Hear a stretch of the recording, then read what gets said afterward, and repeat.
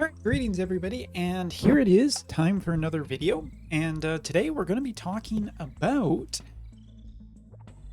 Valentine's Day units. So we're continuing on the Valentine's Day units, and we're also going to talk a little bit about an update for Wotv on the JP side, which I think is worthy of just its own little video. So recently we talked about the new Miranda, so much so that I actually ended up getting her. We'll see in the long run if she's any good. However, we're going to be talking today about Salire and Ildyra primarily with their updates, and I think globalers who already have them will be interested. Also because I do believe that they are just permanent units, right, on global, so some people will be happy about that. Also, on the JP side, as it turns out, there is a 9-step as well as a few options, including paid options, to get a 99 of one of the two units. And here, with this step up, I mean, you are able to get about 120 shards, as well as just the unit at the end. So there's a couple of, I mean, on the JP side, it isn't unreasonable to potentially raise these characters, but the question is it good value? So that's what we're going to look at today. And first off, Salire, I am not the biggest fan of her as a unit. We're not even going to dig into the stuff that happened in the past. Let's just talk about the unit without, because that's what we're here to do. Master ability 2 basically ended up giving her spirit penetration of 35, magic attack 15%, and reaction block rate of 30. All across the board, this is fine. I mean, it's more DPS, and it's a potential higher chance to remove some of counter abilities. As for her dream ability, 200% chance of a magic attack at 10%, as well as an increased AoE resistance. So this is fine. I don't think it's amazing, but it's fine. The honest, it just makes her overall more of a DPS. And if you look at her upgrade here, the AoE is just giving her a restore CT of 200. It's not based on anything. It's not conditional to anything. And obviously you get that 50% magic boost. And this is one of her better abilities that has more range on it. It can hit multiple units and whatnot. But it's not really Ice's identity. Maybe some globalers are running her with more success, but I really don't see this unit often at all because she was outdated a while ago when even before 140s came out, she just wasn't seen on JP. And now with this upgrade, it does again improve her, but I have to say that I'm less than fully impressed on this. I think she'll still get killed pretty easily by most of the great units in the game already. I'm just going to say that this is a unit that will probably be more enticing for globalers since you guys have her just permanently in the pool. And that will make her less of a, you need to sink a ton of resources really quickly like we do on JP, because the Valentine's Day units, once they're gone, it's just like Halloween and Xmas units here, which really limits how enticing they might be. Also, she's still a 90 cost, and I feel like if she had been released today, she probably would have been more in line with a 70 cost. Some people will say that I'm just hating on this unit, but no, she's not meta at all on JP. And looking at these updates, I mean, it's fine. It's just not really good enough. And again, one of the things I'll really highlight for the people who have difficulty hearing,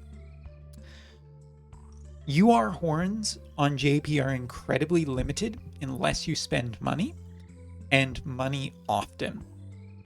So for me, it's always is this seem like, yes, this is a certain thing? And here it's no. For specific people, maybe. But even in the case of Barris, I think you're better running other newer units in Ice. Ice is not short of really great units and really great permanent units. So Valentine Salire, I'm giving a thumbs down. I don't think she's good enough to require that. And especially if you're free to play, I don't think she's worth it at all. Next up is Valentine Ildyra, and this unit is an interesting history. So I noticed some people wanting me to talk a little bit more retrospectively about some of these units, about like how they've handled and whatnot. And Ildyra had this moment when Yuffie came out and Pizarro came out, uh, that pure mono fire evasion was being run. And after that was done, UR Mont took more of the front with his 140 because he's much tankier with that update. And Ildyra lost out to Pizarro because Pizarro is a newer unit that is just functionally overall better in it seems like most cases. So yes, Pizarro was the popular choice, but now Pizarro doesn't have his 140 and Ildyra does. So that extra bit of evasion, that extra bit of HP might be enough to sway people on the fire evasion front to go more for this unit. But is she worth it? Well, master ability now, attack plus 15%, AP consumption down by 10, reaction block rate of 30 here, as well as increased fire attack by 10 and single target resistance of 40 for self, removed after 2 hits. I think this is pretty good. It's better when you combine the fact that it's essentially a 30% reaction block rate with her dream ability being an extra 50, which means she has 80 naturally, which makes counters just not going to happen against her, which I think is very valuable.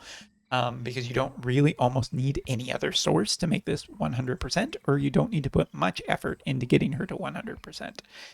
She just has more damage now, which is good. Her AP is also a little bit lower. And the single target resistance is good because, a lot of times units will try and just focus on her with a single hit attack or a single target attack because she's an evasion character and usually will last a bit longer than like a tank, for example. Not always, but sometimes, depends if an AoE hits. I think it's good. I'm not convinced it's amazing, but these things that are sticky and hard to remove usually end up being pretty valuable, so it's okay. Critical rate is also pretty good here because it just allows her to, hit those crits more. Strider, everything in her DPS will benefit from it. Now, as for her upgrade, that is to her single target job level 25, which is Immobilize. This also decreases single target resistance, which is, I like it, as so long as Immobilize is effect. But now it also decreases the unit's agility by 40%, for which, so long as Immobilize is in effect, it's interesting because it stops the unit from potentially being able to move and be able to get out of range or like fiddle around and whatnot. And a 40% agility decrease is pretty big for a unit that's already going to be kind of speedy. I'm curious.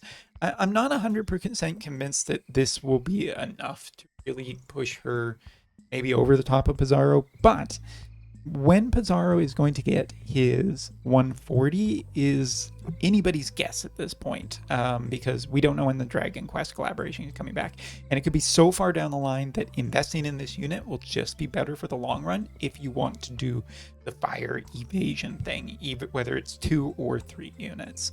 I think that there's enough here to like. I think that overall there's some good stuff. I think she'll still need support. I'm not convinced fire evasion is a really good thing. It does win matches, but it does win matches that are not prepared to fight it, and that is notable. So if I was to say, at the end of all of this, Valentine Salire is a definite not recommend for limited resources people, and Ildyra is a maybe, but it kind of depends on how, like, it's basically fire evasion or nothing with this character. I don't think it's halfways or half measures with this. You kind of have to be all on board for it or totally against it. All right. Few other pieces of note. Glimmering Edge got some more critical damage, which is great for Astrius. The Ice Book for Bellis or Barris, depending on your version, got more magic attack, which is good. and of course, more stats across the bows. And Tourmaline Ring ended up getting an extra bout of dexterity, which is kind of interesting for certain units since the formula with dexterity changed a while ago, but it is valuable.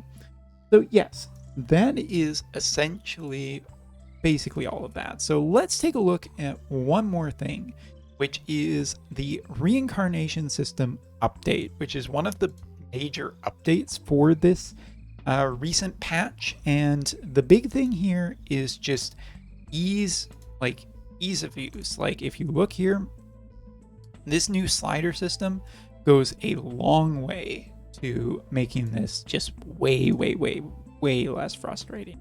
I'm not saying it's perfect for anybody who's isn't listening carefully. This system is still just RNG and annoying and overly expensive. I'm not here to really defend that, but in terms of building characters, like for instance Sephiroth, if we just go down here, oh good, magic on Sephiroth, that's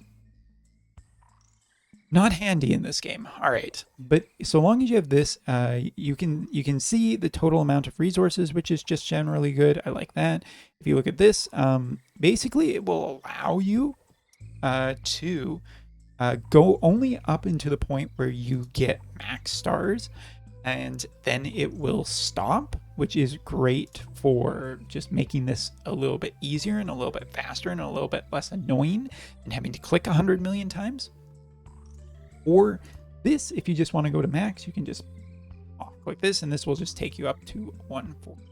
So yeah, this is a big improvement for just usability. Overall, the system is still way too expensive.